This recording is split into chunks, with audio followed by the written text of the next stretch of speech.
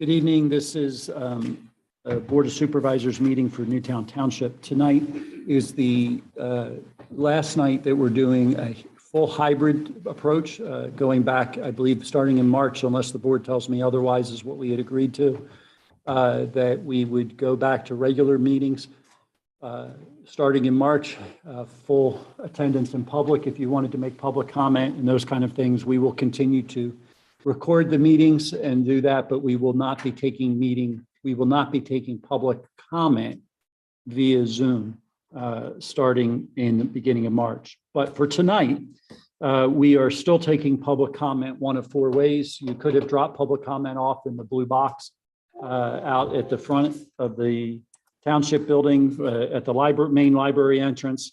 That has been checked and there is nothing out there. You can also raise your hand virtually via the Zoom, or you can use the phone in option in the Zoom meeting to raise your hand to speak, and we will recognize you.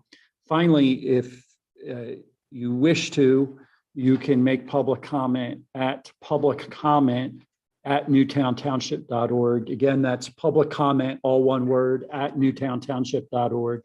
Also, Newtown Township is one word.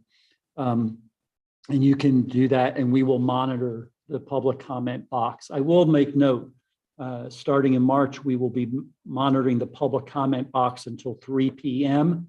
At that time, all public comment will be sent to the board for the board's review for the meeting for that evening. So, but tonight we will still take public comment during the meeting, but just, I wanted to be clear so that everybody understands that when we start March, things are different. We'll be taking public comment up through 3 o'clock via the email, and the rest of public comment will be made at the meeting if you're in person. So I'll turn it over to you, Mr. Chairman. Thank you very much, Mr. Neese. I will call the February 28th, 2022 meeting to order. Mr. Neese, can you please do a roll call? Mr. Altieri. Here. Ms. Roberts Lightcap. Here. Mr. Partridge. Here. Mr. Russo. Here. Ms. Chanlis. Do not see her yet. I believe she'll be joining us later. Your solicitor, engineer, and manager are here, and so is your special counsel. Thank you very much, Mr. Neese. We'll now move down to a moment of silence. I think it goes without saying that tonight's moment of silence will be for the men and women of Ukraine who are fighting for their sovereignty, for their independence, and for their freedom from this unprovoked act of Russian aggression. And so I think that all of us, I think it's fair to say, speak for all of us, that those citizens and those from Newtown Township who are of Ukrainian descent, that this township stands arm to arm, shoulder to shoulder with them, and we wish them the best. We'll do a moment of silence for that.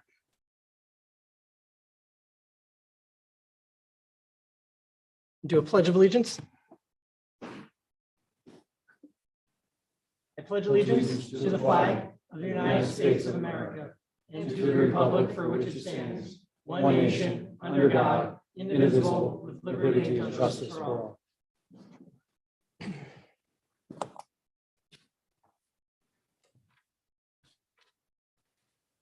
All right, agenda item number 6, consider approval of the agenda. Can I please get a motion? Is there a second? Second. Motion was made by Supervisor Roberts Lightcap, seconded by Supervisor Russo to approve the agenda as presented. Is there any board discussion? Well, we don't need to. No, we'll just do it as we go. We don't need to change it all around. Any other board discussion? All those in favor signify by saying aye. Aye. All those opposed, motion carries. Agenda item 7, public comment for agenda items only. If anybody has anything that they want to comment on with regards to what is on the agenda, please come up to the microphone and state your name and address. If you are here for the historic preservation ordinance, since we will have a hearing for that, I would just recommend that you make your public comment during the hearing when we open it up, so it's part of the record. All right, let the record reflect that there's no one who has come for public comment. We'll now move into the minutes. Can I get a motion to approve the minutes from the January 24th, 2022 meeting and the February 14th, 2022 meeting? Second. Motion was made by Supervisor Partridge, seconded by Supervisor Roberts Lightcap to consider approving the minutes from January 24th, 2022 and February 14th, 2022. Is there any board discussion? All those in favor signify by saying aye. Aye. All those opposed, motion carries unanimously. We'll now move down to presentations, and we have this evening from the Environmental Advisory Council, Newtown Township's very own Janet Krevenas, who's going to be presenting on the Bird Town.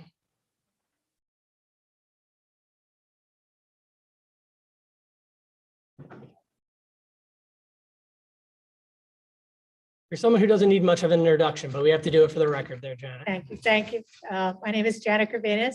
I am a resident of Newtown Square at 23 Paper Mill Road. I've been living there for 39 years. And tonight I am speaking. I'm a member of the EAC. I'm also the Bird Town Chair of Newtown Square, and I'm a member of the working group for moving Bird Town into its new partnership. And that's what I'm here tonight to discuss is the Bird Town resolution that is on the agenda for later in the program when you get to new resolutions. I'd like to start by thanking the board for its support of Bird Town since 2014 when the original resolution was passed. Bird Town has transitioned from Audubon Bird Town to Pennsylvania Council's Bird Town, Pennsylvania.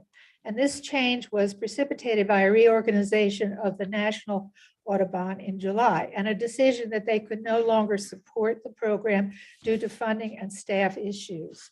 Rather than see Bird Town dissolve, a working group committee was formed and secured an important fiscal agent, the Pennsylvania Audubon Council, which serves the Audubon chapters in Pennsylvania. I think there are about 34 of them. The goal is to reinvigorate and expand the Bird Town program from primarily Southeast Pennsylvania program to across the state. Newtown Township sits within the Valley Forge Audubon Society chapter and has within its borders an IBA, that's an important bird area that Mr. Altieri commented on a recent Facebook post. Thank you. Those were designated by Audubon. So with Valley Forge Audubon's help, we received a grant last spring to put in the native plant pop-up garden. As the Newtown resolution passed in 2014 refers to Audubon Town, Bird Town, it's important to update the resolution to reflect the current program, Bird Town, Pennsylvania.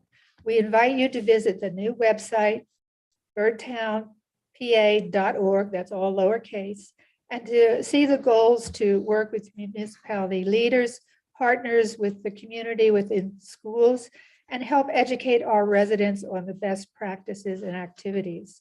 We've already been beginning to partner with the school through the Tree Plenish program. I'm hoping that you have seen that on the township's website as well as Newtown Square and Bloom. This is a project for the high schoolers, the environmental club, to sell saplings to residents here. And these will offset the paper that the high school has been using, which they say is at 1.5 million sheets, I think, which sounds like a lot to me. Anyway, please look for that Tree Plenish program. For $5, you can get one or more small trees, saplings, either the red oak, the red bud, or the paper birch. All of those are native plants or trees to our area. A few important points about moving into Bird Town, Pennsylvania. As we were formally designated a bird town, we are automatically grandfathered into the new program. There will be an annual reporting system that will give us an opportunity to work towards gold certification. There is no annual charge to continue our designation. The Audubon bird-friendly habitat signs, which 3 of our supervisors purchased last spring, thank you. We're still recommending that residents use those signs to certify their yards, as well as certification signs from 10 other programs, such as Pollinator Pathway and National Wildlife Federation. They're all a little different. Some people like to support butterflies. But these all are beneficial to improving our yards and parks. Our road sign can remain in place while Birdtown, Pennsylvania finds funding for the new signs with the new logo, as you can see here.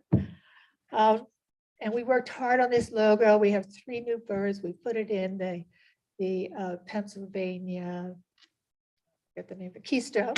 And it has a meadow and a little town and then trees behind. And don't forget to look at that bluebird with caterpillar in its mouth, because we need to support our native plants because they support pollinators and caterpillars, and with the birds feed their babies with caterpillars. 6,000 for a nestling of chickadees. So we can keep the signs. Oh, there has just been a green light we've received to produce the signs that will be provided to the Birdtown communities. The EAC hopes to introduce the Birdtown logo and mission statement on our township's website under the Environmental Advisory Council tab and be displayed along with the tree logo on publications. Look for the Birdtown logo at table events, bird walks, and other activities throughout the year as we work with the EAC and volunteer groups to improve our environment. And finally, by proudly displaying the Birdtown sign to all who enter Newtown Township and recognizing the sustainability strategies that Birdtown stands for, we augment our sustainable PA commitment to become a Gold Star community. Thank you very much. Thank you, Janet. And we're going to go a little bit out of order, Janet, so that you don't have to sit there in suspense. We're going to do your, we're going to move down to 18.1. Oh, thank you. Consider approving resolution 2022-10, adopting initiatives to be recognized as a Pennsylvania bird town. Mr. Chairman, I'd like to make a motion to approve resolution 2022-10, a resolution of Newtown Township, Delaware County, Pennsylvania, to adopt initiatives to be recognized as a Pennsylvania Audubon Council's Bird Town, Pennsylvania. Whereas Newtown Township recognizes that birds are indicators of environmental health and pledges to provide resources for them. And whereas Newtown Township upholds Article 1, Section 27 of the Pennsylvania Constitution, that the people have the right to clean air, pure water, and the preservation of the natural, scenic, historic, aesthetic values of the environment. Pennsylvania's public natural resources are the common property of all the people, including generations yet to come. As trustee of these resources, the Commonwealth shall conserve and maintain them for the benefit of all the people. May 18, 1971, PL 769 JR3.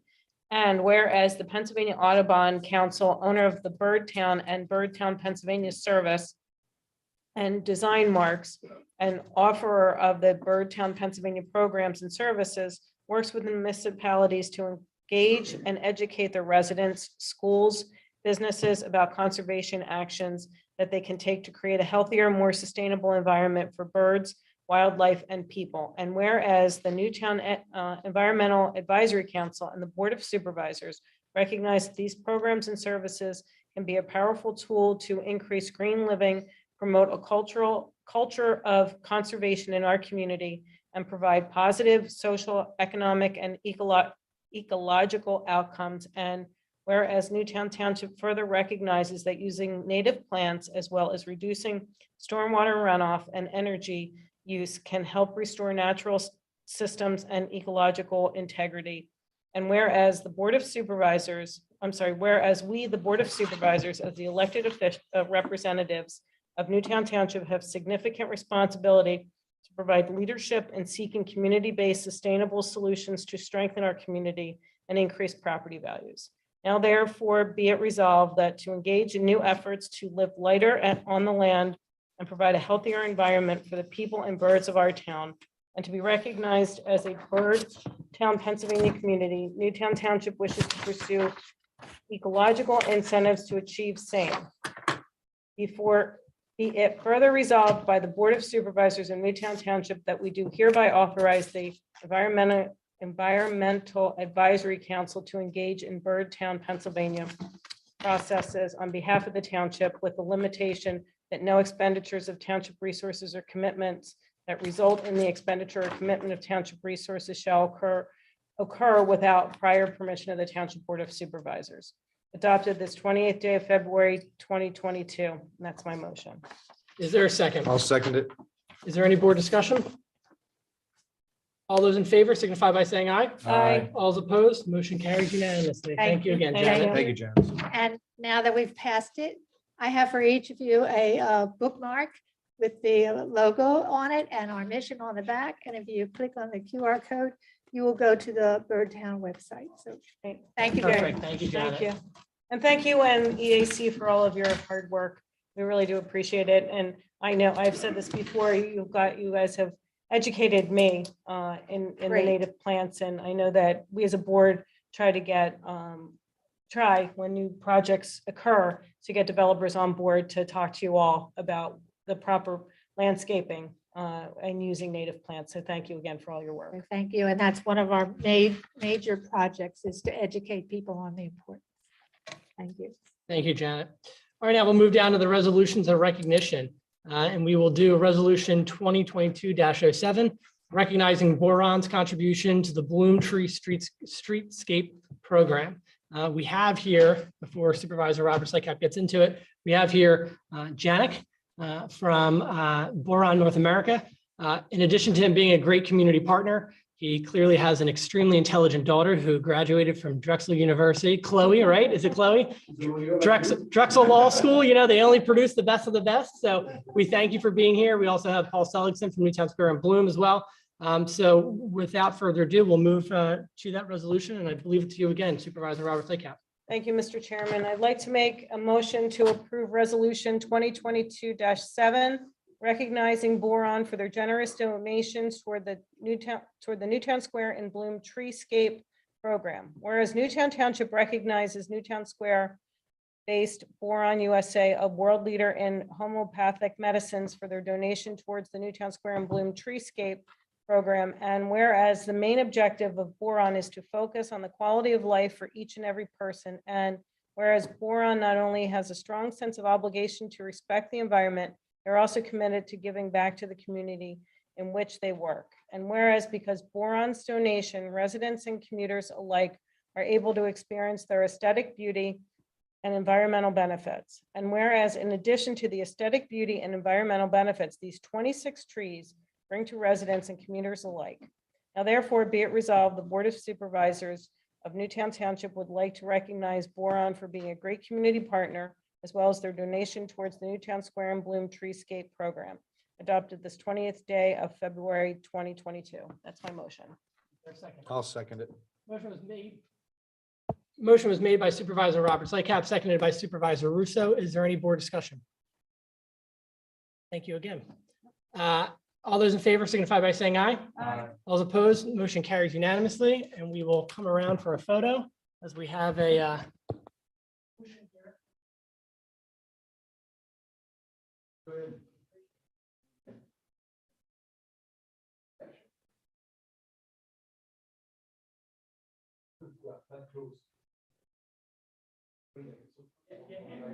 You walk here, right? I don't know.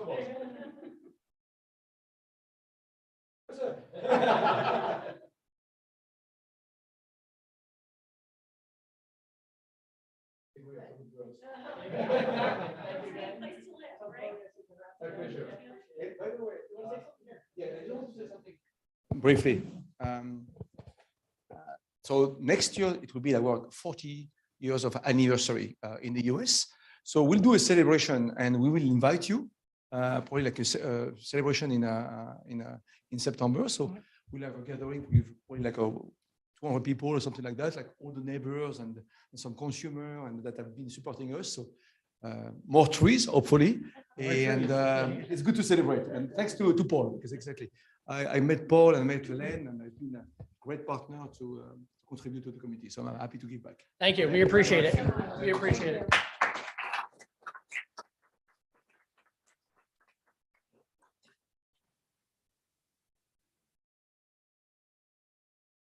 All right, now we'll move down to 10.2, Resolution 2022-08, recognizing St. Anastasia Schools 2021 CYO varsity football teams Parade of Champions victory. Supervisor Partridge. Resolution number 2022-08, recognizing St. Anastasia's 2021 varsity football team's Philadelphia Archdiocese CYO Parade of Championship victory.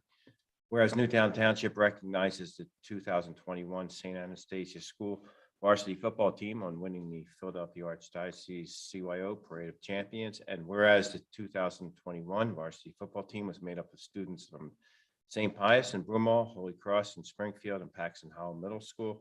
And whereas the 2021 season was dedicated to Newtown Township's adopted son, Austin Beltrante. And whereas the 2021 season resulted in 9 wins and 1 loss, 5 players selected to the CYO All-Star Game, and 1 MVP of the All-Star Game start for Delaware County, as well as a 32-6 victory over Our Lady of Mount Carmel to win the Philadelphia Archdiocese CYO Parade of Champions. Now therefore be it resolved, the Board of Supervisors of Newtown would like to recognize and honor the 2021 St. Anastasia varsity football team on their season and on winning the Philadelphia Archdiocese CYO Parade of Champions.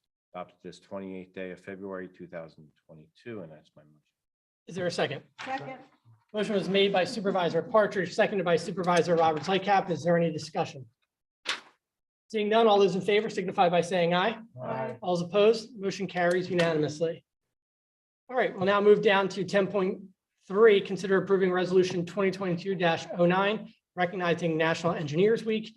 And we will turn to the engineer on the board there, Mr. Russo. Whereas the week of February 20th through February 26th, 2022, serves as National Wonder, and whereas engineers are dedicated to ensuring the diverse and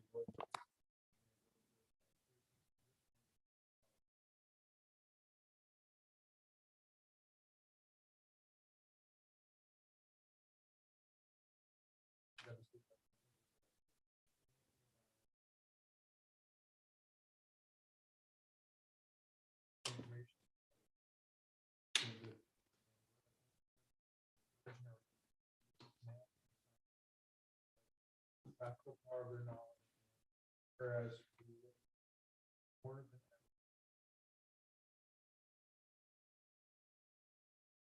now therefore be resolved that Newtown Square by joint February adopted this Motion. Is there a second? Second. Motion was made by Supervisor Russo, seconded by Supervisor Partridge to approve resolution 2022-09, recognizing National Engineers Week. Is there any board discussion? All those in favor signify by saying aye. Aye. All those opposed, motion carries unanimously. We'll now move down to reports. We have received the report from the police department from Chief Lund. I don't know if Chief Lund's on, Mr. Neese, if there's anything he wants to supplement to that. He is. Chris, if you want to say anything, raise your hand. While we wait for that, we'll He move is down. not. Okay, perfect. We'll move down now to the report from the fire department. Chief Everloft is here. Do you have anything you want to supplement, Chief? Thank you very much. Report from the Public Works Director. Mr. Sharitz has submitted his report, and he's also going to give a brief overview, I believe, of the Public Works capital projects as requested by Supervisor Russo. The floor is yours, Mr. Sharitz. Great. Thank you very much. George Sharitz, Director of Public Works. Thank you for the opportunity to go over the capital projects items that Public Works are handling. I realize that normally we don't jump into some of the capital projects until later in the year, usually like after the first quarter. But I know Supervisor Russo and the rest of you realize that the lead time on things being delivered has been challenging. And so we're grateful in Public Works that you were willing to let us get a head start on them. Mr. Neese asked that I speak about the items and give an update. We did provide the listing in the agenda, but I can run through very quickly if you'd like all those items and where they stand. Yeah, Okay. that's there. Great. So some of the capital items are presently on order and we're waiting delivery, such as the Public Works truck, the Ford 450. We've actually checked it out. It's built. They're adding all the additions to it, the back, the plow equipment, the salt equipment, et cetera. So we're going to be getting that delivered probably in a couple months. The school zone sign replacements is actually completed. The last part for this year was going to be the 2 school zone signs in front of Culbertson, and that was actually done last week. The emergency generators for traffic signals, 8 of them are on order, and they're going to be delivered at some point within the next couple of months. We have 14 on hand from the last couple of years. The Kubota RTV, the rugged terrain vehicle, is one of the projects that we had from the 2021 capital budget. And again, like Supervisor Russo was concerned about the lead time, we ordered it thinking we were going to have it in time for the winter this year. It still hasn't come. We're looking forward to when that actually gets delivered. Some of the capital items are being finalized, and we're going to present them to you within the next couple meetings, I think, such as the 902 grant from the DEP, the leaf collection equipment. We did in February manage to get the finalized paperwork back from the DEP. We are just updating the quotes now because they're from 2020 and making sure that the specs on the equipment are the same. And then we're going to bring that to you. We do have the temporary speed tables, which we're going to be discussing later in this agenda. The street sign replacements, roof repairs at this building, the shade at Brookside Park, the Bartram Bridge repairs, the township property surveys, Gable Field bleachers, the trash and recycling containers at the parks that we didn't finish last year, and the paper mill house and Bartram Bridge signs. Again, within the next couple of meetings, we're going to bring those to you. Some of the items need further discussion at staff level, and that we're going to be asking for direction from what the board is interested in, such as, for example, the location of the permanent speed tables, the LED project, streetlight project at St. Albans Circle, the Gable Park turf field work, the permanent electronic speed limit signage, and the welcome and wayfaring signage. Again, we're going to be asking for further direction coming up shortly. A few of the items we're working with Parks and Recreation on, and they're kind of quarterbacking. We're working with them, but like the basketball court work at Gable and Newby, the bocce ball courts at Drexel Lodge, they're kind of working on. We're helping them with that. And then the Drexel Lodge Park water bottle filling station, we're waiting until the mural is done getting painted because we don't want to get paint splattered on it. And then finally, the sidewalk replacement project for out in front of this building, up Bishop Hollow and on Stony Brook. We're working to do that in conjunction with the PennDOT multimodal grant sidewalk project on Ellis Avenue, because that way we could get consistency of product and hopefully quantity of scale together. So those are the public works capital projects for this year. I'm happy to answer any questions you might have. Is there any board discussion? Or any board questions? Great. Thank you very much, Mr. Thank Chair. you. Thank you. We'll now move down to 11.4, report from the Building and Codes Officer, Mr. Rezchek. I don't believe there's anything that he needs to supplement. Sorry, I don't think so. Andy, if you have anything to supplement, please raise your hand. And he is not. Report from the Finance Director. Is there anything that Mr. Lafayette needs to supplement? I do not. Thank you, Rich. Report from the Library Director, Ms. Caruso. Is there anything that you need to supplement? Do not see a hand up. All right, we'll move down to the Township Engineer, Ms. Nelson. Several items are on the agenda which will be discussed, but an update for the Green Valley North Line and Township Building sewer repairs. George Sharitz and I will be meeting with the contractor this Thursday, and they've given us an update on delivery of materials. They expect them this month. So that was semi-good news because one of their reports was 6 months. So I just wanted to let you know that. Any questions for this? I almost called you the solicitor. Any questions for the, sorry to insult you like that. Any questions for the engineer? Any questions for the engineer? Wow. Seeing none, we'll move down to 11.8, report from the Township Manager, Mr. Neath. I didn't call her the township manager. Yeah.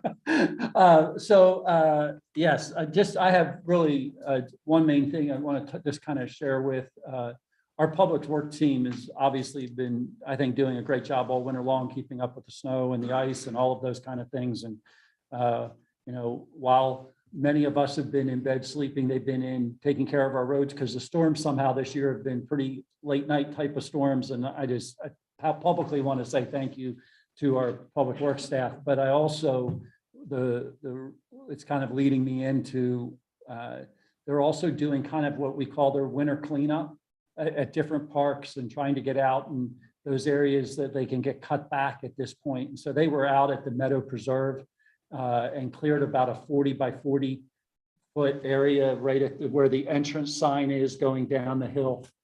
Some people have asked what the purpose of that is. I just want to let everybody know that they're cleaning that out with the whole idea that hopefully we can come back and do some plantings, maybe a bench for ADA accessibility for those who can't actually go and walk the meadow, but a spot for them to go sit and just enjoy the meadow.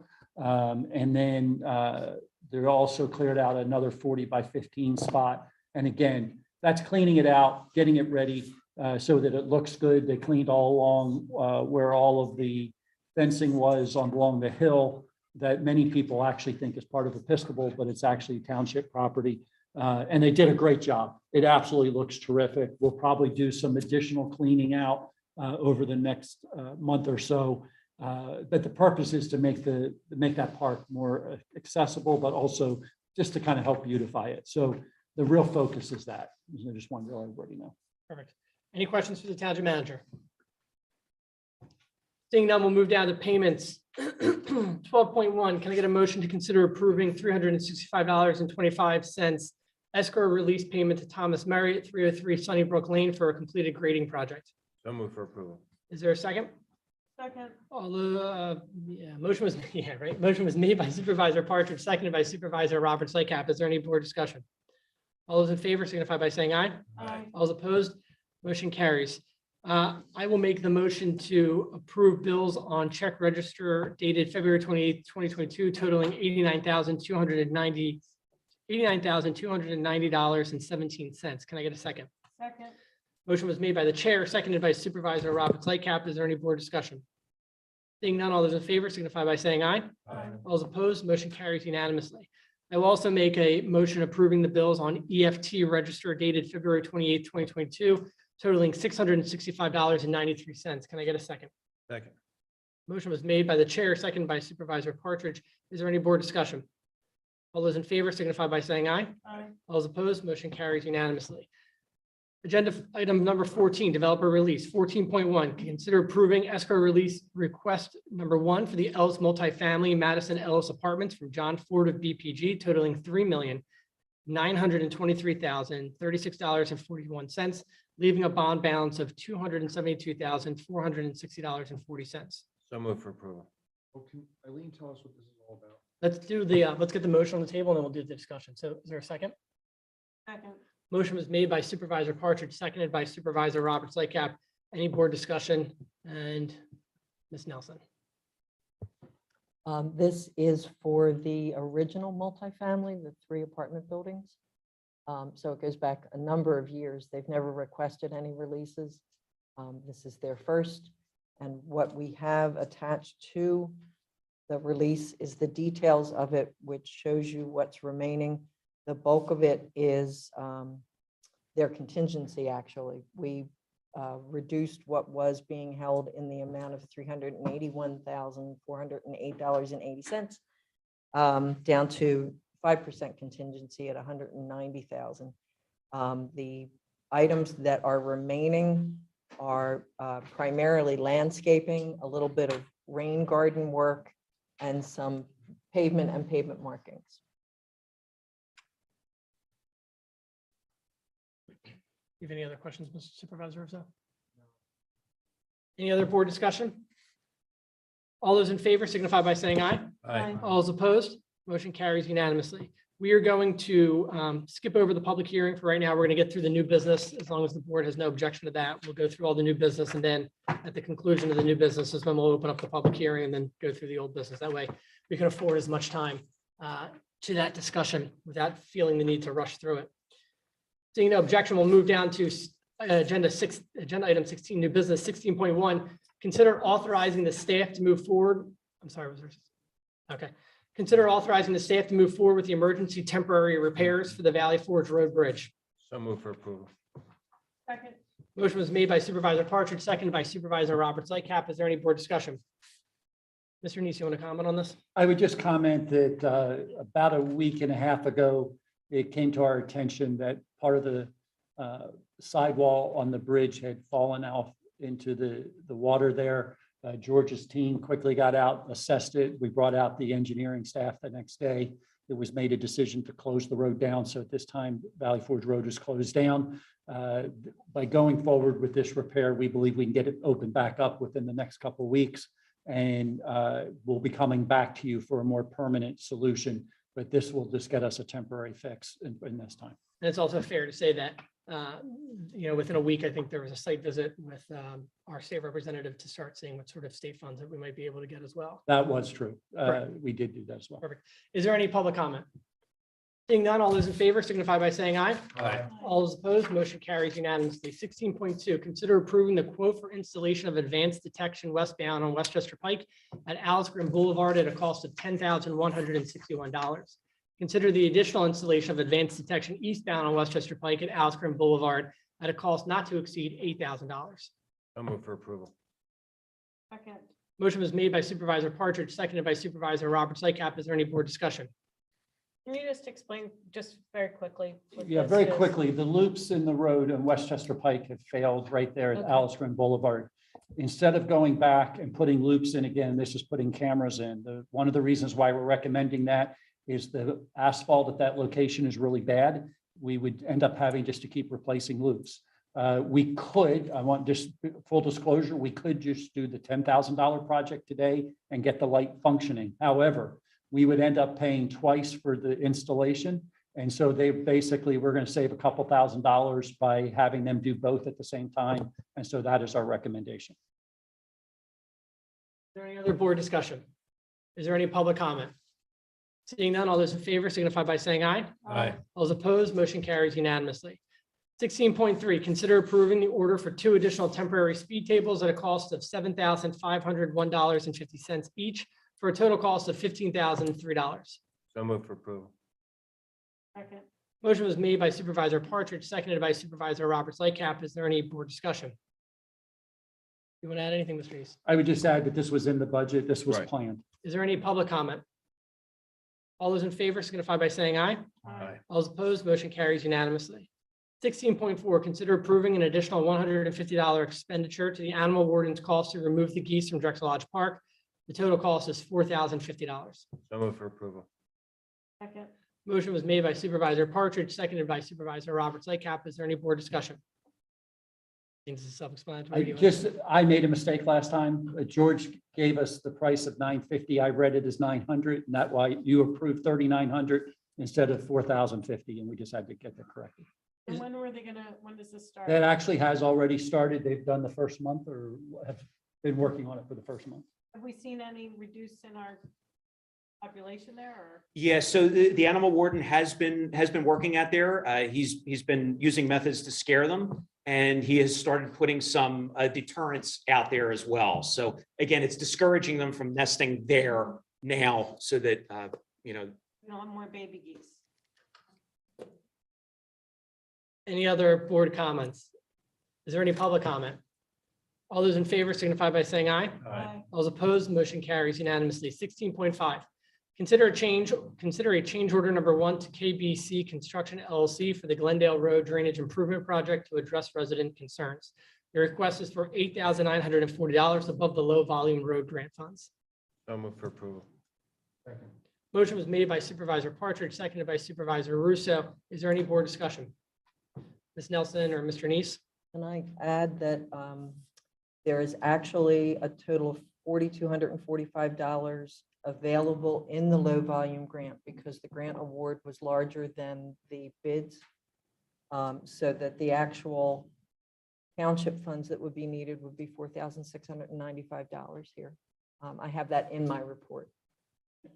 And I would just make note that basically the reason for this is to make sure that this water bypass, that originally the water was going to discharge in the front yard. This actually takes it so it discharges in the backyard. If I've said that correctly. It runs along the street, and the original system, if you can envision it, is 90 degrees to the roadway. And we'll be basically extending an overflow pipe from this inlet an additional 60 feet so that when and if there is any discharge in it, it will not go to the existing path, which was apparently right into the basement of the property owner. Perfect. Any other board discussion? Any public comment? All those in favor signify by saying aye. Aye. All those opposed, motion carries unanimously. 16.6, consider approving the advertising of summer help in Public Works. So move for approval. Second.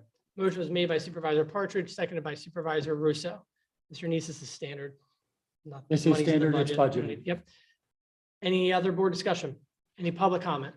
All those in favor signify by saying aye. Aye. All those opposed, motion carries unanimously.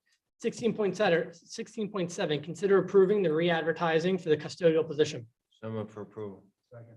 Motion made by Supervisor Partridge, seconded by Supervisor Russo. Is there any board discussion? All those, any public comment? You want to add anything, Mr. Neese? I just would say that we advertised before and had no applicants that we could take further steps with. Hopefully this time we will have some. All those in favor signify by saying aye. Aye. All those opposed, motion carries unanimously. 16.8, consider authorizing the township manager to sign the Fourth Amendment to the indemnification agreement for Ellis Preserve PH. That's supposed to be Roman numerals, are these 4 or 5? Oh, phase 4-5 HOP. What's that stand for? Highway occupancy per, Very good. there it is. So move for approval. Second. Motion was made by Supervisor Partridge, seconded by Supervisor Russo, and I will just clarify to sign the Fourth Amendment to the indemnification agreement for Ellis Preserve Phase 4 and 5 Highway Occupancy Permit. Is there any board discussion? Mr. Neese or Ms. Nelson or Mr. Sikora? No? This is just the continued improvements. We actually have to be the applicant. The developer then indemnifies us for, to make sure the facilities that are put in are maintained properly or constructed properly. This is just the reiteration of the same agreement essentially that's this is the fourth phase. So you had the first phase, more central to town, second phase further out. Now it's the last phase, I guess, right? From Yes. where they stopped the Route 3 improvements last time down to Bryn Mawr Avenue on the east end and on the west end, when they stopped around Ellis down to the west end at Boot Road. Got it. Is there any other board comment? Any public comment? All those in favor signify by saying aye. Aye. All those opposed, motion carries unanimously. 16.9, consider approving Mr. Nolan's request to have McCumbee Engineering continue to review their subdivision and land development plan located on the 40 plus or minus acres on White Horse Road. If you want some just understanding why I'm, Well, that's, let's get the motion on the table first. So move for approval. Second. Motion was made by Supervisor Partridge, seconded by Supervisor Russo. Mr. Neese. I was just going to make note that the reason this is on your agenda is twofold. You have changed your conflict engineer, and so typically it would go to the new conflict engineer. Mr. Nolan has requested that since the McCombie engineering team had reviewed this project originally, that they're more familiar with it, and he would prefer that they just continue on since they already know the project. I would make note, however, the original project that came before you, I believe, was a 27 home subdivision with basically two entrances. It was like a U-shaped road going in, if you'll recall, with a cul-de-sac at the end. My understanding is this new one will have a single entrance and is limited to 13 homes instead. I believe there will be more open space as part of that. And I don't know a whole lot more else about the project, but I just need direction of who you want to be your engineer on this behalf. And the reason for that is Stantec Engineering is the one who has done the design for Mr. Nolan, and they've been with Mr. Nolan before they came with the township.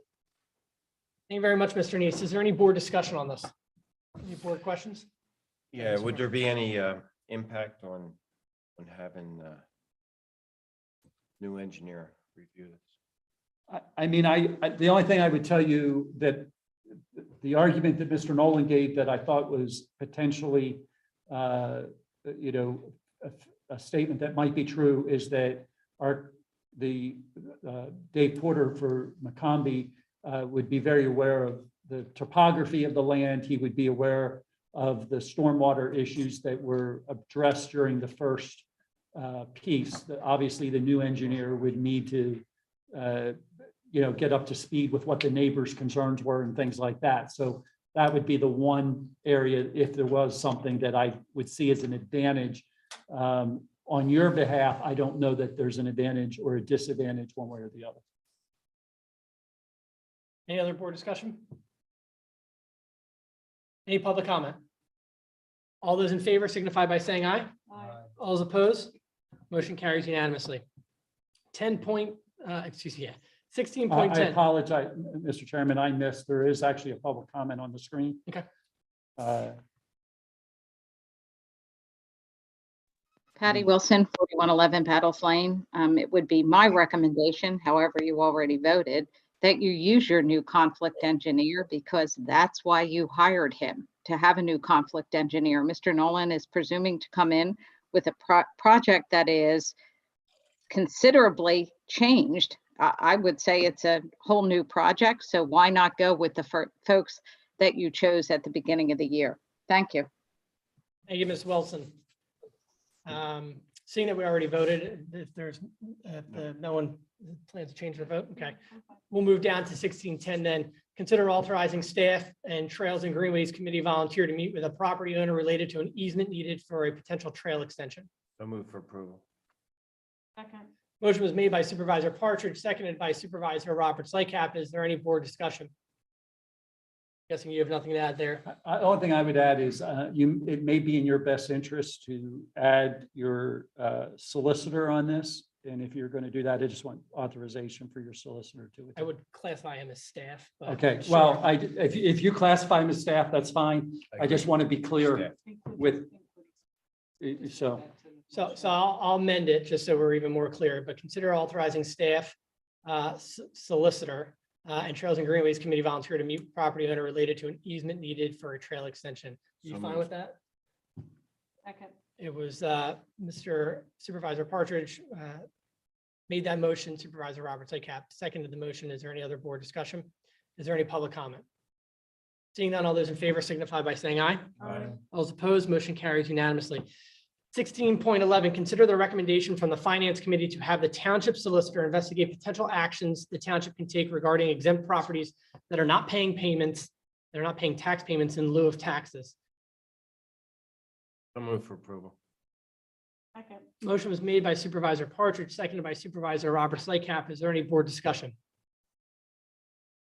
Mr. Neese. Yeah, so this came as a request from the board for us to kind of look at this. It also at the same time came up with within the Finance Committee as something to review.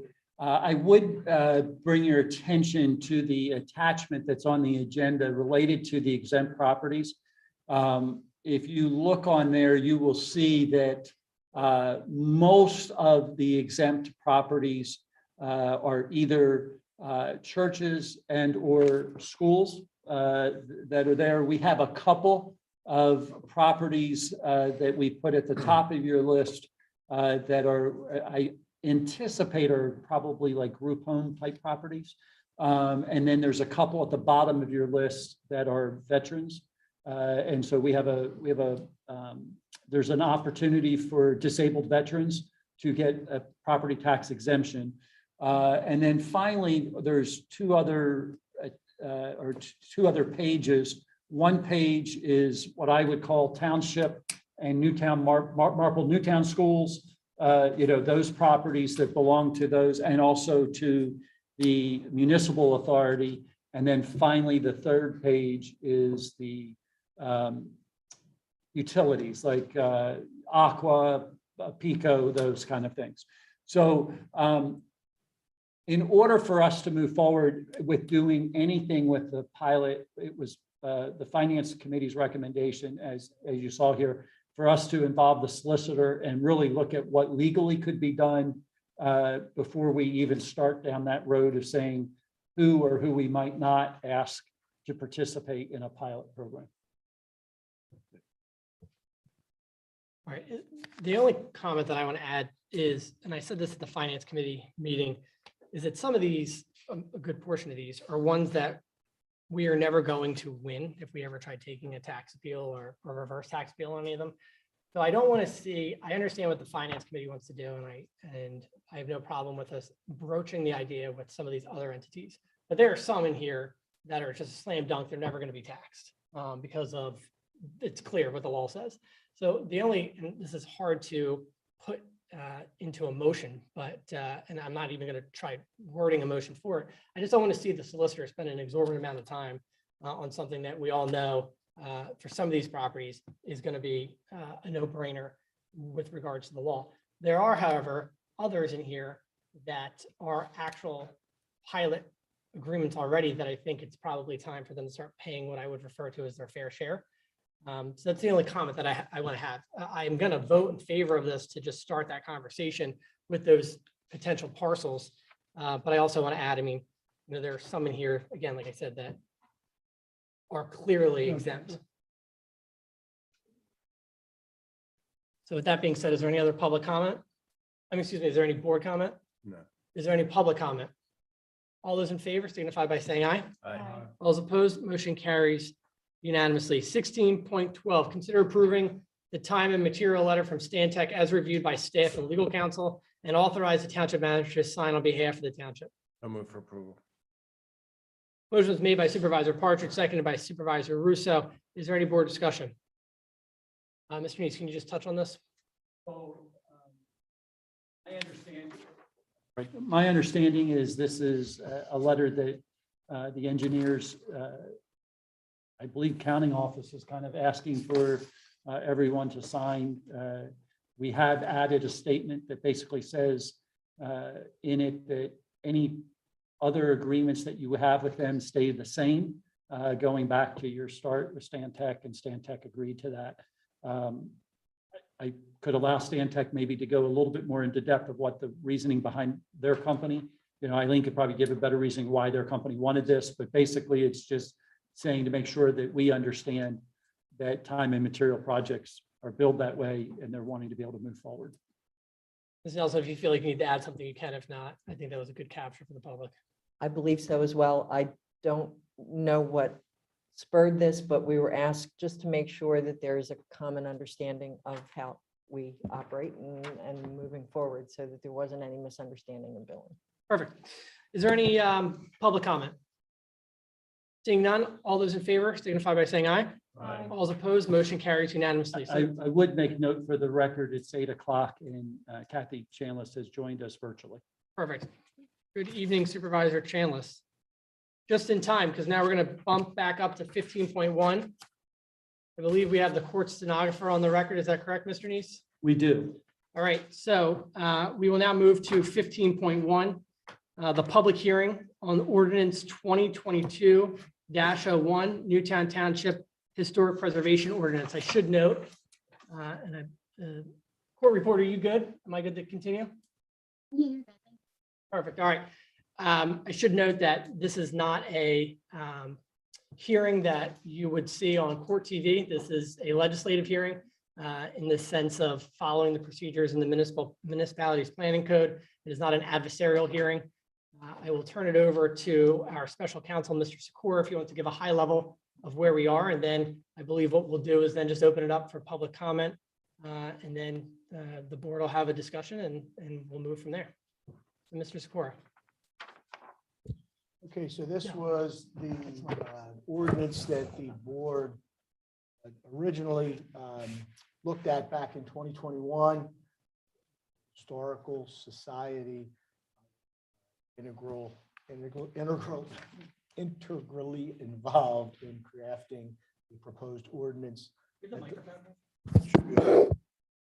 Proposed ordinance that the board was interested in pursuing related to preserving historic resources in our township, specifically certain properties that have historically significant aspects to them. And that initially went before the Planning Commission. There was a number of comments and I guess some criticisms of that initial good effort. But the board then said, okay, staff get back together and take what the Historical Society has started and try to address some of these issues. There was a couple more legal issues, a couple more practical issues. That was again presented to the board in draft. Board authorized then sending that to the Planning Commission and the Township Planning Commission and the Delaware County Planning Department. Both had some recommendations. Both were favorable towards passing such an ordinance. The Delaware County Planning Department more favorable with the current concept. The local planning commission a little less enthusiastic and wanted to be more just completely voluntary and less what they consider to be onerous. But in any event, after all those comments were collected and considered, the ordinance was put back in front of you, was looked at as an initial basis and said, okay, good enough to advertise this for consideration at this meeting. So based on that, this was put in a summary, was published in the Daily Times on February 14th and February 21st, and that proof of publication would be the board exhibit or township exhibit number 1. It was also sent to the law library.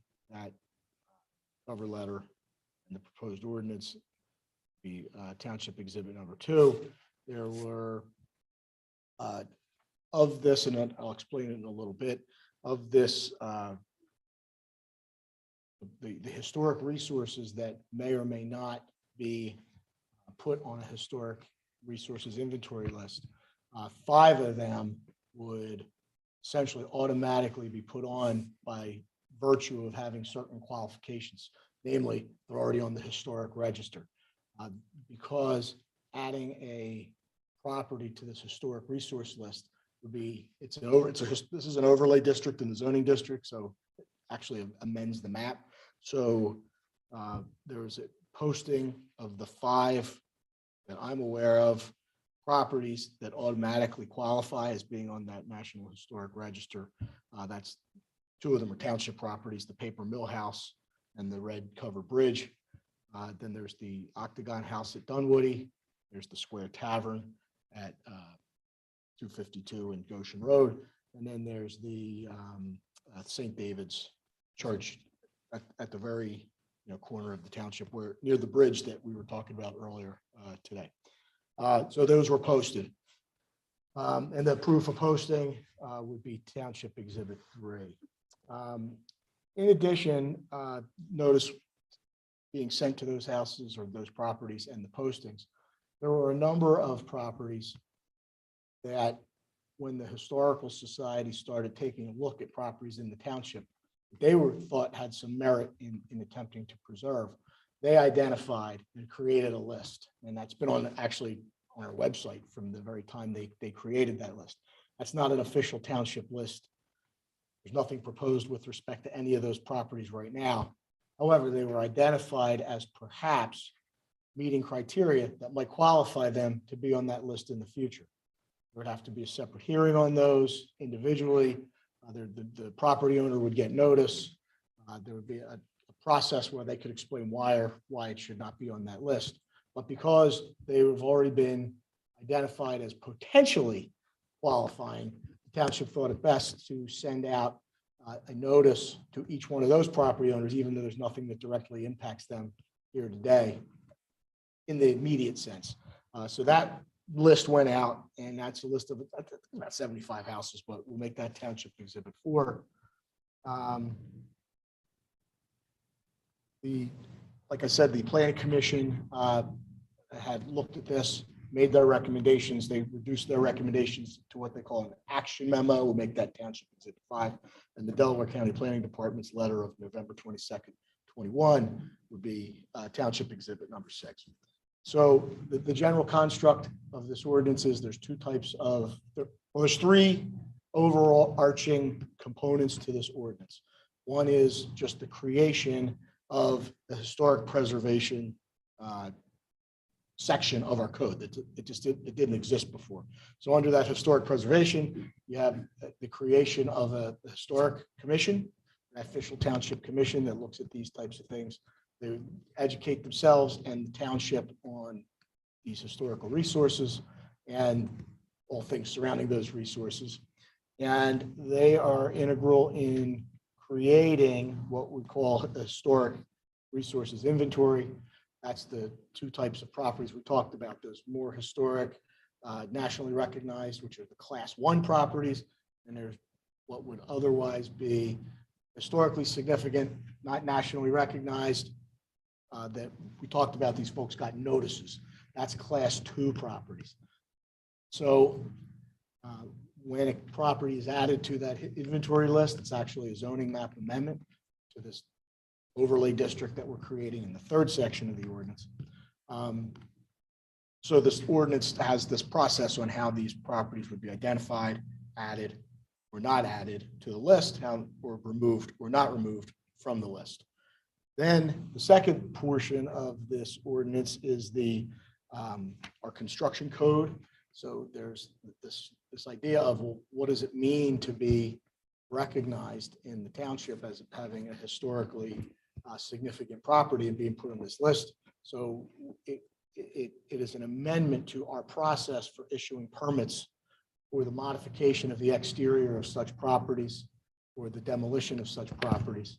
And again, class 1 essentially basically says unless there's a financial hardship and no other way to be able to deal with keeping this property preserved, you're not allowed to demolish those class 1 properties. That's those 5.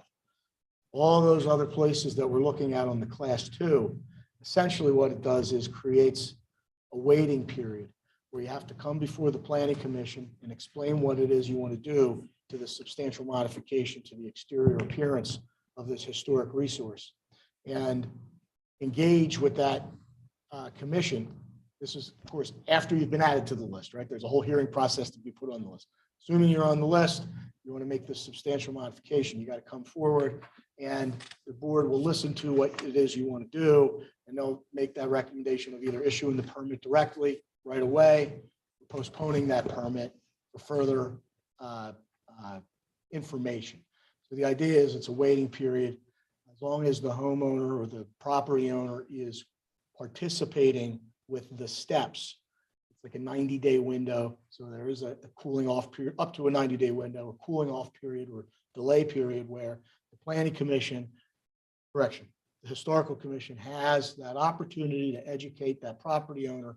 These are the resources available to you, educate you on the historical significance, why it would be a shame to destroy it or wreck it or modify it, perhaps identify resources or other, financial resources or other professional resources that might be available to assist you in making your proposed changes without destroying that.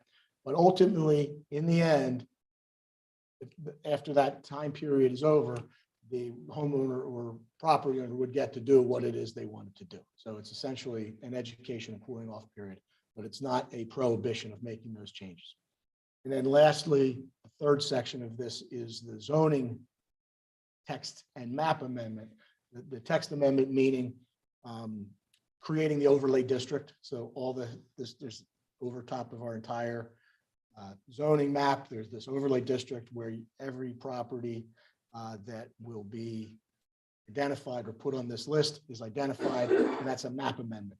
And that's what we already talked about with the properties that have already, by operation of passing this, if you do that, those 5 nationally recognized class 1 properties are already on. That's the construct. That's what it's about. We've had some folks called, and when I say folks, I'm talking about township residents, township property owners. Originally, we're very concerned about that original version of the ordinance that was put out. And since then, when we sent out as a courtesy the updated version, they were satisfied. Okay, thank you. That addresses my concerns. There's been some residents who have contacted me who have said, hey, I think there's some miscommunications between you and the township staff right now, because the township staff thinks that this is already in place. Not that there was any permits pending, but there was some questions as to how is my property being affected. Tried to answer those questions as best we could, explain those circumstances, and basically, essentially explain what I just explained to you. And that's what's before you. This is the draft ordinance for those 3 sections: creation of the historic preservation ordinance, modification of the construction code for that permitting process, which the UCC allows, and then number 3, the zoning aspect of it. Perfect. Thank you, Mr. Sikora. Before we go for public comment for those individuals that are in the audience, I want to note that the township received 3 emails with regards to the historic ordinance. 2 of them are from Newtown residents, so we will only consider them. One is from Karen Botker at 3401 St. David's Road, Newtown Square, who's in support of the historic ordinance. The other one is a Marley Marshall at 203 Butler Drive in Newtown Square. She as well is in support of the historic ordinance. With that being said, if there's anyone from the public who is here either in person or virtually that would like to provide any comments, please come up to the microphone or up to the podium, state your name and your address, and let your opinion be known. And that third public or potential public comment that you mentioned, they're not a property owner in the township either. They are neither a property owner nor a resident. Thank you for that clarification. We do have a hand raised online if you want to address that one. Please do. Patty Wilson, 4111 Battles Lane. I want to offer my kudos for you taking this step. I hope you wholeheartedly and unanimously approve it. The historical structures and homes in our township are incredibly important to the character of Newtown Township, and waiting any longer to take this step really would be a crime given all of the development and all the desire for development. So I hope you adopt it unanimously. I thank you for your efforts to get it to this point. I think it's a great start. Thank you. Any other public comment for anyone in the audience? Come on up.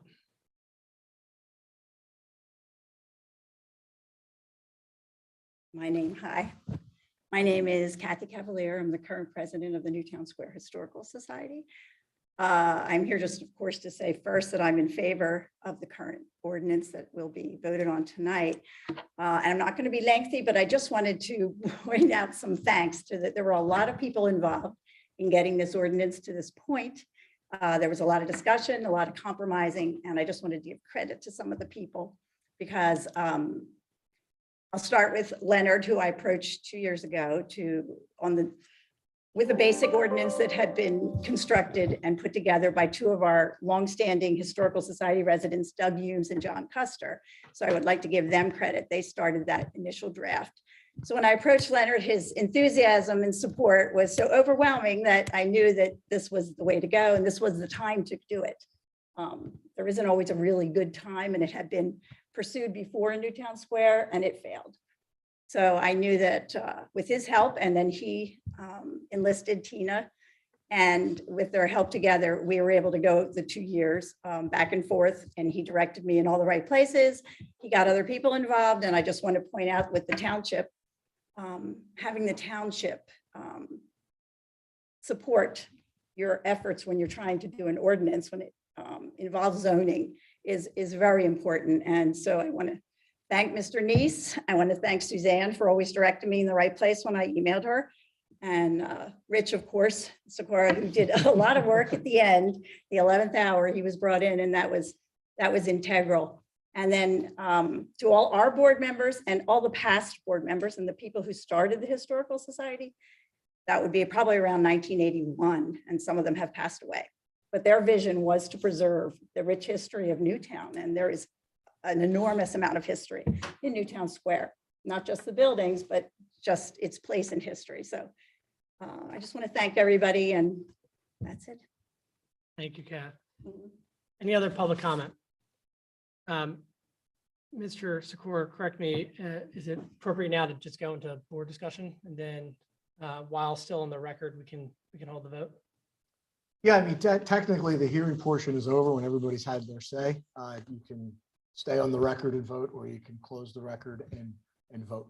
It What was is your- advertised till, What is your legal recommendation there, sir? whatever you prefer. It was advertised for a hearing, and then following the hearing, it would be considered for adoption by the board. So it's just like any other ordinance. Once you vote, it doesn't matter. All right, so then we'll vote to close, well, not vote, we'll close the record. And so we will jump down to 19.1 ordinances. So let's get a motion first, and then we can go into board discussion. Can I get a motion to consider approving ordinance 2022-01 Newtown Township Historic Preservation? So move for approval. Motion was made by Supervisor Partridge, seconded by Supervisor Russo. We will now move into board discussion. I just want to, kind of, I guess, jump off of what Kathy Cavalier just said there. What is interesting about this ordinance, and it's fitting that it's for the Historical Society, is the history behind it. As she kind of alluded to, 20 years ago, this was proposed here in Newtown Township. And I found out from a passionate individual today in an email that 20 years ago, they spent 3 years going back and forth on trying to get this ordinance up and running for whatever reason, lack of political will or just whatever. The ordinance never came to a vote. It was tabled. And there it sat for 20 years. What I think this board can take a lot of pride in is that it was a lengthy process. As Kathy alluded to, it was 2 years. We met at the height of COVID at Drexel Lodge Park. We were 15 tables across from each other yelling. And then it turned into a lot more meetings of yelling now. But we met in the height of COVID. And, I should also mention Supervisor John Lawn, who was the chairman at the time. I wanted to make sure it was okay that we kind of ran with this. And he said it was fine, brought in Supervisor Roberts Lakecap. And then from there, we just kind of kept forging a path. And there were times where we thought that history was going to repeat itself and that this ordinance was going to fail. There was a lot of, misunderstanding and maybe some pushback.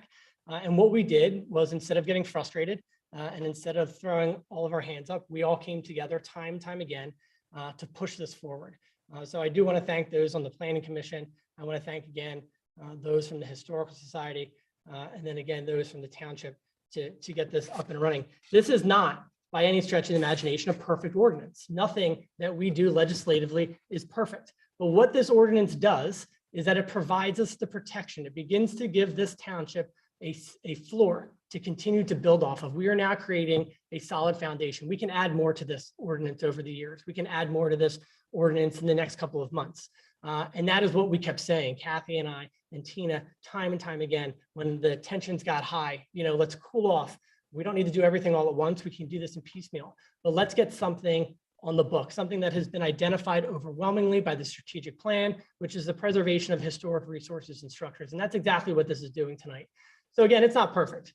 Nothing is perfect, but this is the start. And I am confident tonight that we will continue to build on this ordinance well after all of us are here and when we are all history, and they will continue to build on that to strengthen it. So I think I am speaking kind of out of turn. I suspect this will be a unanimous vote, but I want to say how proud I am of this board that we are able to achieve something that has been dwelling for 20 years. And through all that, 2 years of negotiation, we are able to get a product that is supported by the Historical Society, that is supported by the Delaware County Planning Commission. And again, something that has been identified overwhelmingly by our residents in the strategic plan. So I don't know if there's any other board comment that they want to add there. Sucked all the oxygen out of the room. All right, with that being said, all those in favor signify by saying aye. Aye. All those opposed? Aye. Motion carries 5-0 unanimous. We now have a historic ordinance. Thank you all. All right, we will now move to old business. 17.1 update on other options for a newsletter with the Township, Marple Newtown Leisure Services and School District. Mr. Neese. There's no real change since the last time we met. We have looked at a couple things. We're still waiting on a couple answers back from the other group. I don't have anything new to present, but I wanted to keep it on the agenda so that it was before us. Hopefully next meeting we'll have some more information. All right, 17.2 stormwater update. So we're going to kind of tag team Eileen and I and try to get through this. with you. I'm going to, if I can, Steve, Jeremiah, hold on one second. So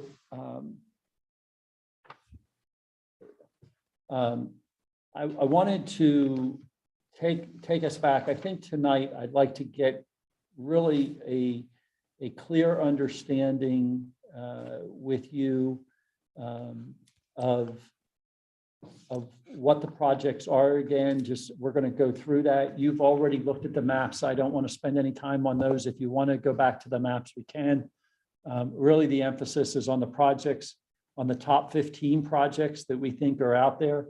I'm going to go ahead and just mention that we have the top 15, but then there's probably another 15 projects or so, or pretty close to it, that we didn't rank.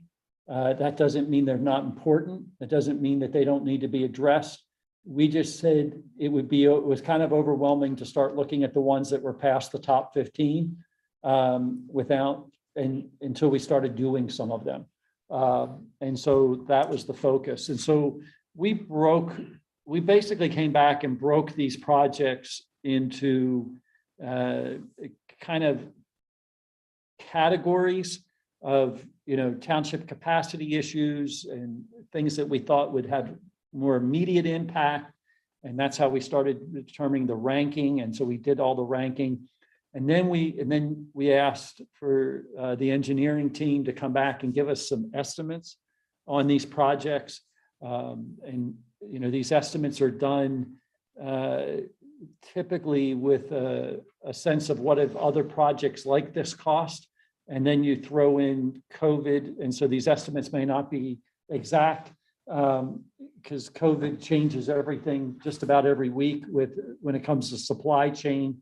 And if that wasn't enough, we now add the conflict in the Ukraine, and that's also adding some challenges.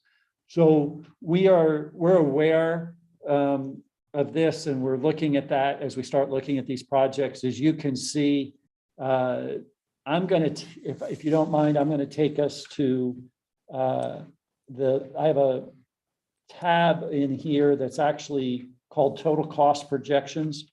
And I've taken the projects and kept them in the order that they were, and then started looking at the total cost. And I wanted to kind of show you where we are today. Oops, went down too far. Where we are today and where we would need to go from here. So we're at right now with the top 15, we're at about 8.5 million in cost. And again, like I said, that doesn't take into account necessarily all the COVID issues. We also have about $80,000 worth of engineering study that needs to be done on 4 different areas. Those 4 areas include the neighborhood of Florida Park, which for those who don't know that terminology, that's the neighborhood that's on Westchester Pike as you're going west out of town before you get to the Subaru dealer. It's on the left-hand side. It's between Campus Boulevard, that light at Campus Boulevard, and the light at Alice Grimm Boulevard further down where the Veterans Memorial is. And it's, like I said, it's on the what would be the south side of the road of Westchester Pike. You have the Newtown Heights, which is the area right behind the Township building here, between here and Westchester Pike, that area. And then you have the avenues that's over by where the high school is located off of Media Line Road. And then finally, the other project that's a little bit more involved is the Sawmill Aspen area. We own the property at Aspen and the property at Sawmill. So we own that kind of that block there.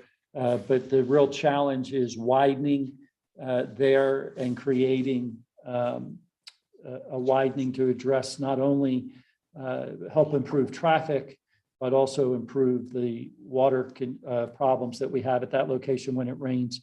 The other piece that makes that project a little bit more involved is that we've included in that project making sure that we can at least consider whether we ever wanted to put a walk or a bike lane or something like that going down, connecting to the parks in Radnor at the end of Sawmill. So if we're going to do that front expansion, we ought to at least know whether or not that's possible, because that might impact how we would do the stormwater. I'd rather do it once than come back to you 5 years from now and say, oh, we want to put this nice walkway in going down Sawmill, and then come back and say all the work we just did doesn't count anymore. So that's kind of the purpose of that. So we have the studies, and then we have the costs. As you can see, depending on the project, they vary from almost 3 million, and then some of them are down, as small as, about one project's even as low as about $50,000, but most of them are, in the couple $100,000 range or above in that, and do that. I would anticipate the neighborhood solutions are probably closer to like the solution for Cayley, Tyson, and Horton. Engineer may disagree or agree with me. It may be more on that. I think we had a study that was done for you early on with the heights that came in somewhere around, I think it was like 6.5 million in that.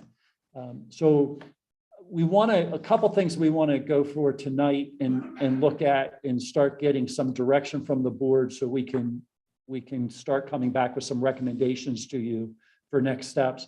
If you'll recall, we've received roughly about, I think it was $740,000 from the ARPA funds. We're going to receive another check in that amount, probably in about June of this year, if they're consistent with what they did last year. And that money can be used, and you actually made a decision that we would set that money aside for stormwater. And so there are some dollars that are set aside for us to start using and start approaching in that way. So the, part of what I'm looking for, and I think what the engineer and I are looking for, is how would you like us to start taking next steps? More of a direction spot at this point. Do you want us to put an official project together for the number one that we have? Are you not even satisfied with our top 15 in that order? Do you look at it and say, we think they ought to move around a little bit? We have a reason why we put them that way, but we used our best judgment, and you may say that's great, or you may look at them and say, well, could we do something a little different? And we'll take that into account, or whatever your direction is in that way. I've looked at this in a couple different lights. If you look at projects, kind of like the last, I don't know, 7 projects, that's kind of equal to the amount of money that we got. You could almost say, let's do the bottom ones, and you get a bunch of little projects done, and kind of take advantage of it that way. Eileen and I have talked. We'd really like to go a single project out to bid and find out what it's really coming in and costing right now, because these costs are, they're done based off of estimates that they have after doing projects over a period of time. And COVID, like I said, has kind of changed some of that. It's kind of hard to know what they might come in on. And then, like I said, there's probably, at least 10 million more potentially sitting out there in the 4 projects that are remaining. Do you want to get those studies done before you make a decision? So those are the kind of things that we need to kind of start finalizing, so we know how to make presentations to you going forward. First, are you comfortable with our top 15? And then based on where these cost studies, with the cost studies and the projects, do you want to have an idea of what those costs are before we start? Are you comfortable for us leading and coming back with a recommendation and putting an RFP out for the first project? What's the next steps? So I'm comfortable with the 15, the way you presented them. And you're saying right now we have the 730,000 that's available. Correct. And then you said that you expect. I expect another, the deal was with the ARPA funds, you got half in 2021. You got the second half in 2022. I believe we have until the end of 2024 to spend, to encumber the expenses and get all of that done. And I think you have a little bit into 2025 to actually get everything wrapped up, but that's my understanding. But you expect another 700. I do expect the other 700,000. So then with the 730 that we have and the 700, I think we're going to be right at about 4.5. I mean, 1.4 to 1.5 million. That's just, right. So, well, where would, you know, if the, which says expend those funds? yeah. Where would you begin? Well, I think because when we did the priorities, we said that the first priority was making sure the culverts were repaired in Echo Valley because we don't want to undermine our roadways that we just invested in. That was our first priority. That was the 850,000, Right. Roughly. So that if you're asking me from the staff standpoint, we picked that as number one because we felt that was the highest priority to address. In that it would be bad if we just spent all that money on roadways. If these culverts were to undermine over time and we hadn't done that, we would have just spent money that would go not be the best way to spend the Is money. Northwood next or? The North would be the next. These So- are the order. So it looks like that the first two, I mean, it kind of, if we did get another 700K, I mean, you know, that's what's 1.4. It looks like that it would kind of almost nicely fit with the top two. That's it's 1,461,000, almost 462. So, I mean, just my thought, I mean, I would say we have the 730, looking at another 700K. Let's get into the first two and get started. That would be my thought. Anyone else? You did mention something about going out to market to see if your numbers are close because Correct. of all the changing things in this world today. Yep. I mean, just to piggyback off of what Ed said about the top two, maybe you go get those priced and see if you're in the ballpark. I mean, I'm always of the mindset of doing the little things and getting those things out of the way, but I guess I understand your argument for Echo Valley because of all the new roadways. You know, and that's a significant size part of the township as well. But I think before a decision's made, I think we do need to have kind of real numbers. Not that Eileen's numbers aren't real, but I mean, are we set with plans, construction documents that can be priced? Not at this moment. That would be part of your direction. We wouldn't expend the money to prepare those until we got authorization to go forward. We've investigated and we understand the scope that we have. But to formalize it into a bid to put out and get actual contractor numbers would And how much are require- construction documents for these two projects? Generally, putting the documents together and doing the inspections for completion is approximately 10%, and that's included in that 849,000. Anytime we do an estimate of this nature, we add a contingency and engineering in the amount of 10% each. Steve, let me ask you this question. So, I'm sorry, are you done? Yes, thank you. Yeah, so let me ask you this question. Once the ARPA money dries up, what are we doing budgetarily to be prepared to maybe tackle number 3, number 4, number 5, Yeah. So. 6, so on and so on? Yeah, no, I I keep understand. counting it all out. They really got me. I'm going to make you count it all Yeah. out. I don't get it. So the finance committee has actually been meeting. There's actually a subcommittee of the finance committee that's actually been meeting now, probably looking back almost 6 months, at least 5 months, specifically looking at how in the world were we going to tackle the stormwater issues. And if you'll recall, I believe it was in October, maybe November, that we presented to you this whole list of potential repairs of our existing system. When we look at this, most of this is stuff that we know needs to be done today. We also looked at, and some of this doesn't even exist. Like when you look at a couple of these neighborhoods, there might be 1 or 2 or 10 stormwater inlets in the whole neighborhood versus what we think there should be closer to 40 or 50. So there's that piece of it, but then there was also, of all the ones we have all over the community, we have to plan for maintaining those because, you know, we do those every time we do a road project. George's team goes out with Eileen and they evaluate all the stormwater that's in that area, what inlets need to be reworked, what all of those things.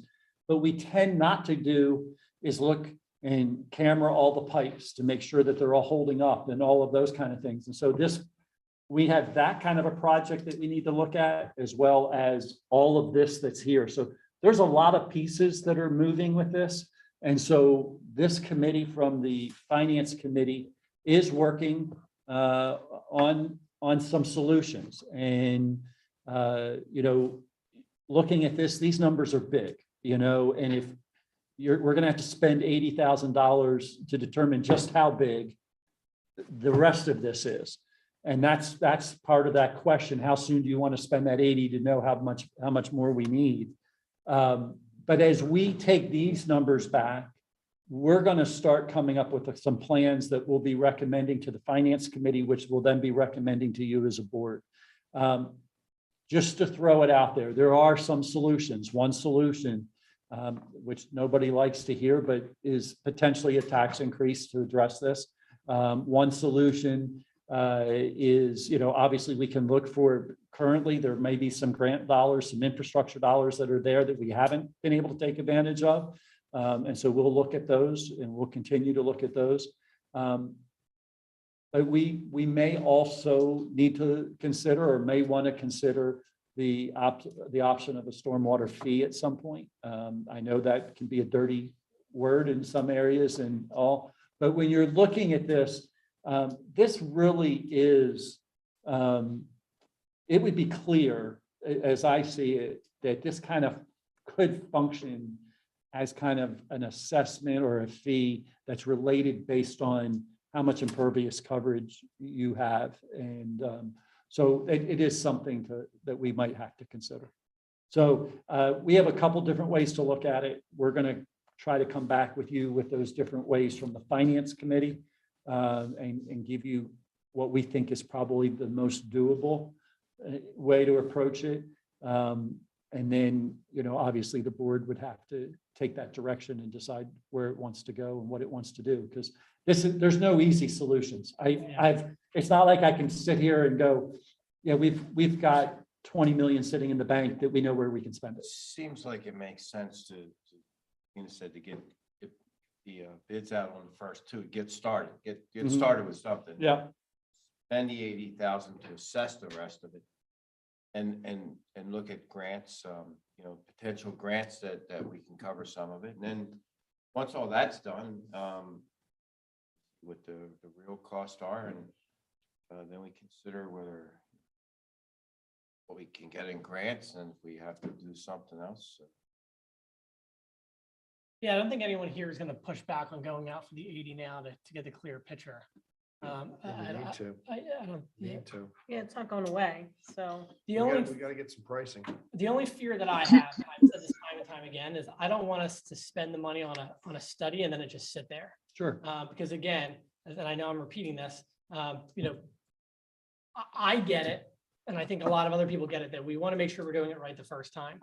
But it's hard to continue to tell someone that we're studying the issue when their house continues to get destroyed from the stormwater. You know, so I have no problem with the 80,000 going forward and getting a clearer picture. I just don't want us, I want us to, I'm happy with your answer, Steve, on once this money dries up, I don't want us then to be sitting there starting at square one, like, oh, what are we going to do for these other projects? So it sounds like the Finance Committee is jumping on that, which is good. With regards, did I cut, anyone else want to say anything before we move off on this? Oh, I just have a quick question. Yes. Me? Can't hear you. I just had a quick question on for this, how long the prices are good once we go out to bid? Because if we're gonna go out to get pricing on 2 of them, would we be ready to move on the second one within the time frame? I just don't want to have to go out and get it twice, you know? Understood. We typically ask a contractor to hold his price for 60 days. We always have the ability to reject if we can't move forward. But I think as Stephen and I discussed, and I believe George, we were kind of all thinking about it. If we start with the Echo Valley culverts, we'll see what those numbers match to, or how they lay out. So that would probably be the best way to start with the one project. Yeah, that's what I was trying to clarify, because I know there was a suggestion that we get numbers for 2 projects, and I wasn't sure if maybe we should just start with 1. But if we know that we're gonna get the additional 700 that you're expecting, if you get We confirmation, gotta be ready to go. then we can go ahead and just hit them both. Yeah, as long as we're ready to go within the time frame. Otherwise, like I said, I just don't want to have to get them, do it twice, because then we'd spend more money. Well, not necessarily, because we'd have the plans, right? Yes, It's that really- would it's really be. just the cost of advertising. Yeah. Just number talking about the 9, cost of preparation. Valley Forge Road Bridge, Yes. kind of put itself kind of up, further up on the list. So there's 2 issues at the Valley Forge Bridge. There's what we talked about earlier. We had that. And so we've you've approved the repair that's bought us some time Mhm. to get out and to take a more holistic approach to that. Our intent would be, we're going to apply for funding. We're going to apply for grant funding to do the permanent fix. And we're also applying for our insurance to help us out with the temporary fix. So, so we're doing that. But when we go for the permanent fix, we're going to add the stormwater as part of that project. And I'm going to try to make that all be one, understanding, that they may come back and say no. But if they do, here's one of those things. If we don't ask, the answer is no. And so we're going to ask for everything. And, if they come back and say, we'll do the bridge, but not the stormwater, we'll address that and figure out how to address that with you. It would move up the list as we do that. Yep. And we also have the potential to apply again on Glendale Road. Yes. So that number 186 that's up there could come down, significantly with money that they would. So in terms of next steps, do you need us to do a motion to authorize Eileen to go forward with, what do you want to label this plan? Finalized stormwater management plan? So I think what I would like to hear first, I know that Ed has said he's comfortable with 1 through 15. I'd like to know, make sure the rest of the board is comfortable that that's kind of our top 15 out of the whole list. And understanding that we may move them out of order based on where funding is and things like that. But if in general, you're okay with that, that will be our emphasis. And so I just would like to confirm that. And I don't know you need to vote on that as long as we just have clear direction Yeah, I think that that's where you are. Fine, as long as we can move the order on the, if we say we're good with this 15, if that order can change, if we find, that we've got a potential for grant for something else that may be lower on the list, but. You are the board, you can make any decision you like. Mostly, but I just want to make sure, when basically this is just helping us to understand the priorities and the roadmap. And so, so we would keep them in that order and understanding that there are going to be some people who are disappointed because their projects fall in 16 through 30. And so that's not even on the list right now. But we felt like these were the first highest priority ones, and that's why they're here. Do you need a motion to advertise the first 2 or? I think we would need a motion, and I think you have to decide whether it's, I hear the board's kind of mixed, whether we do 1 or 2. And so I would need a Well, motion I to think it get clarity. depends on if that's when that second grant. The second piece they've said would be June is when we would get it. Well, So we'd have But to we spend, we have to still spend design it this. anyway. Yeah, we have to By the time spend you it design anyway. this and go out to bid, you're gonna be in June. Yeah. Advertise both. So I'm fine advertising both as long as you're comfortable that, that the time frame works for you. Let me ask you this. So do you want to do and this is a question for the board, I guess. Do you want to do the motion for the bid and then I guess it doesn't really matter, and then do the motion for Eileen to finish the study? I think that because it doesn't really matter which one we put first. So let's just do the motion. If I can get a motion to approve, well, this is gonna be fun doing this on the fly. Should I say engineering bids for the Echo Valley repair of 6 culverts in the Northwood Road and Delmont Road improvements? How's that sound? Sounds good. You like that? Should get both of them? Yeah, that's both of Okay, them. so moved. Second. Motion was made by Supervisor Partridge, seconded by Supervisor Russo, to authorize the township staff, solicitor, and engineer to move forward with the necessary requirements to pursue the Echo Valley repairs, 6 repair culverts, and the Northwood Road and Delmont Road repairs. Yeah. And put them out to advertise. So moved. I added a little bit. And seconded by Supervisor Russo. Any other board discussion? All those in favor signify by saying aye. Aye. All those opposed? Motion carries. I actually should have called for public comments if there's any public comment on that. Nope. Is there any on the Zoom? there is one. Okay, let's have that person. There is one. Have that person speak.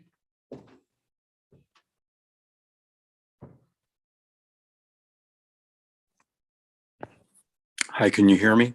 Yes. Hi, Louis Rosenthal, 20 Harrison Drive. I would encourage the board to approve this, as well as to sustain some of the discussion that you just had about looking at this in a very, very strategic way. These stormwater issues are going to they're not going to get better on their own.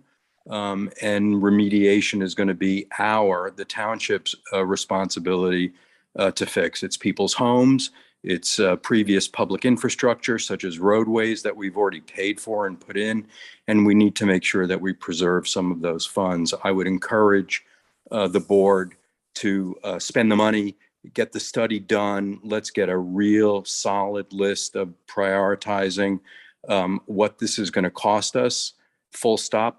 Charge our finance committee with providing a couple of 3 options for the board to consider to help fund that longer term plan. Thank you very much. Thank you very much, Mr. Rosenthal. Any other public comment? All right, I don't see any on Zoom, and there's none in person. So the next motion, actually, I don't think we can do it, can we?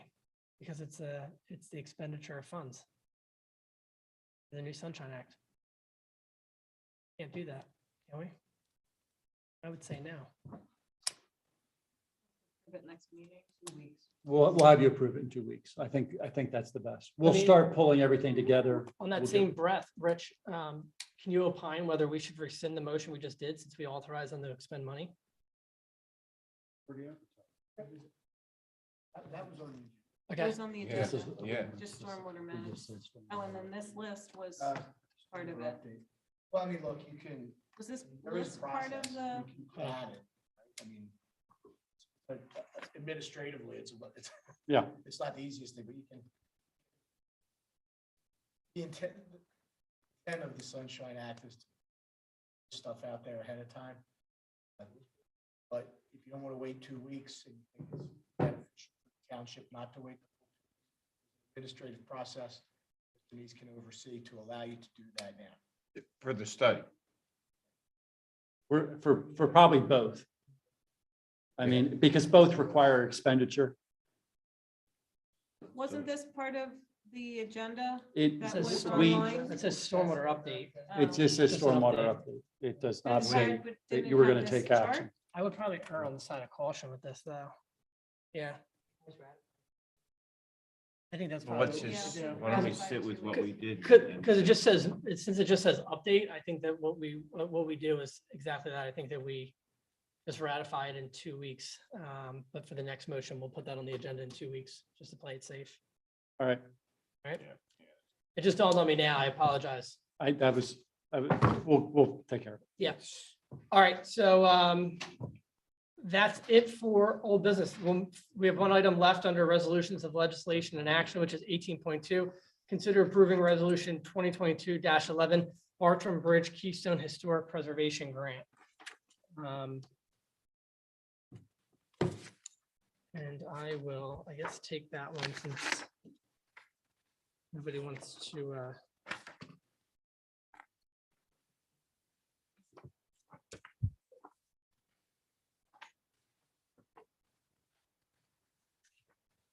Okay. Resolution number 2022-11, a resolution authorizing application for a 2022 Keystone Historic Preservation Grant to benefit the 1860 Bartram Covered Bridge. Whereas the Township of Newtown, Delaware County, Pennsylvania shares with Willistown Township, Chester County, Pennsylvania, the care of the 1860 Bartram Covered Bridge. And whereas the Township of Newtown and the Township of Willistown have established a joint preservation board comprising of appointed members of each community to advise regarding care of the 1860 Bartram Covered Bridge. And whereas the Bartram Bridge Joint Commission has facilitated an engineering study which recommends structural repairs to the historic structure. And whereas the 1860 Bartram Covered Bridge is on the National Register of Historic Places, and whereas the Township of Newtown, Delaware County, Pennsylvania understands the guidelines and desires to apply for a grant through the Keystone Historic Preservation Grant Program to help facilitate these repairs. Therefore, be it resolved that the Township of Newtown Board of Supervisors hereby approves the structural repair project and authorizes application to the 2022 Keystone Historic Preservation Grant Program in the amount of $100,000. And whereas be it further resolved that if the application is granted, the township commits to the expenditure of matching funds in the amount of $100,000 necessary for the project's success. Adopted this 28th day of February 2022, and that is my motion. Second. Motion was made by the chair, seconded by Supervisor Partridge. Is there any board discussion? Is there any public comment? Mr. Navholz, to the microphone, please, sir. Name and address. Ed Nabholz, Roberts Road, 92. Does Willistown Township also commit to contributing to this? Mr. Neese. If I can, I believe, I'm telling you, they're acting on it tonight. It's in there. We sent them basically this exact resolution and was put on their letterhead and their formatting by George. And so it was sent over. I know it was put on their agenda to take action. I do know that they put in their budget the full amount of the project, of their half of the full amount of the project as we did. This would actually supplement both townships. Both townships have budgeted for the full amount of the project. We're hoping this 100,000 reduces each township's contribution by the 50,000. Right. And so that's the goal, if that makes sense. Yes. Any other public comment? Seeing none, all those in favor signify by saying aye. Aye. All those Aye. opposed, motion carries unanimously. We'll move down to additional business. Mr. Neese, is there any additional business? I do not have any additional business at this Seeing time. none, we'll move to board comment. I just have something quick that March 26th is the CRC Creek cleanup from 9 to 11:30 a.m. The meeting location is the Drexel Lodge Park. And for anyone who wants to register, they're asking for pre-registration. You just go to the CRC Watershed's website. It's a great time. I know that Supervisor, I know that was the Darby Creek one that Supervisor Russo and Supervisor Roberts Lake Cap were deep in the mud pulling out things. So it's a good group. It's a good time. Is there any other board comment? Seeing none, we'll move down to public comment. Any public comment for anyone who wants to say anything, come up to the microphone, state your name and address. I promise to make this quick. I know we're running out of time. No, we're not running out of time, so speak as much as you want. Alexander Ponnock, 200 3rd Avenue, Newtown Square, PA. I understand that I got into a little bit of a dilemma with when we bought our house in June of 2021, my wife and I, Laura, and my daughter, we are asking Board of Supervisors to support us with with an intervening petition for Craft Customs Homes appeal in the Commonwealth. Leonard, I understand we got to speak, and I truly appreciate you being able to explain and go into detail with all of this. But for the record, I did want to ask support from the Board of Supervisors in the petition to intervene in case CV 2022-001116. Thank you. Thank you very much, sir. Without going into it, since it is a legal matter, I will just, the township will intervene in this. They are going to be intervening. I'm not going to go into any other detail outside of that since it is a legal matter, but the township entered its appearance at the zoning hearing board level, and we are also going to be intervening in the matter as well. Any other public comment? All right, seeing none, this meeting is adjourned. For those who want to watch, we're going to sign this ordinance and take a picture with the historical societies. Thank you very much.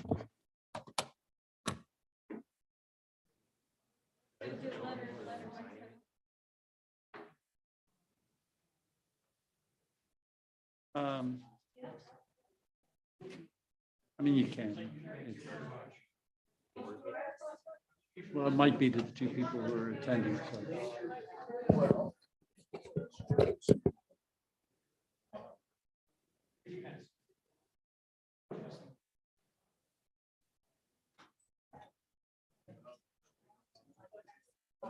How are you?